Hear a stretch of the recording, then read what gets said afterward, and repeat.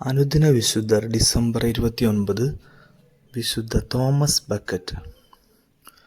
1118 ഒരു വ്യാപാര കുടുംബത്തിലാണ് വിശുദ്ധ തോമസ് ബക്കറ്റ് ജനിച്ചത്. ലണ്ടനിലും പാരീസിലും വിദ്യാഭ്യാസം പൂർത്തിയാക്കിയ വിശുദ്ധൻ 1155 രാജാവായ ഹെൻറി രണ്ടാമൻ്റെ കാലത്ത് പ്രഭുവും ചാൻസലറുമായി. പിന്നീട് 1162 വിശുദ്ധൻ കാൻറ്റർബറിയിലെ മെത്രാപ്പൊലീത്തയായി നിയമിതനായി. അതുവരെ വളരെയേറെ വിധേയത്വമുള്ള രാജസേവകനായിരുന്ന വിശുദ്ധൻ പെട്ടെന്ന് തന്നെ ഒരു ഭയവും കൂടാതെ രാജാവിന് എതിരായി. സഭയുടെ സ്വാതന്ത്ര്യത്തിനും സഭാചട്ടങ്ങളുടെ അലംഘനീയമായ നടത്തിപ്പിനുമായി ധീരമായ നടപടികൾ കൈക്കൊണ്ടു.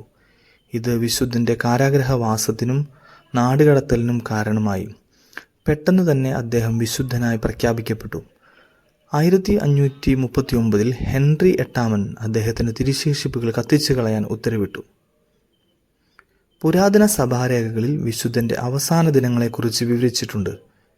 മെത്രാൻ രാജാവിനെതിരായി പ്രവർത്തിക്കുകയാണെന്നും രാജ്യത്തെ സമാധാന അന്തരീക്ഷം തകർക്കുകയാണെന്നും ഒറ്റിക്കൊടുപ്പുകാർ വിശുദ്ധനെതിരെ രാജാവിനോട് ഏഷണി പറഞ്ഞു. വിശുദ്ധൻ്റെ കൂടെയുണ്ടായിരുന്ന പുരോഹിതന്മാർ അദ്ദേഹത്തിൻ്റെ സഹായത്തിനായി ഓടിയെത്തുകയും ദേവാലയത്തിൻ്റെ കവാടം അടയ്ക്കുകയും ചെയ്തു. എന്നാൽ വിശുദ്ധ തോമസ് ഇപ്രകാരം പറഞ്ഞുകൊണ്ട് ഒരു ഭയവും കൂടാതെ ദേവാലയ കവാടം മലർക്കെ തുറന്നു. ദൈവത്തിൻ്റെ ഭവനം ഒരു കോട്ട പോലെ ആകരുത്. ദൈവത്തിൻ്റെ സഭയ്ക്ക് വേണ്ടി സന്തോഷപൂർവ്വം മരിക്കുന്നതിന് ഞാൻ തയ്യാറാണ്.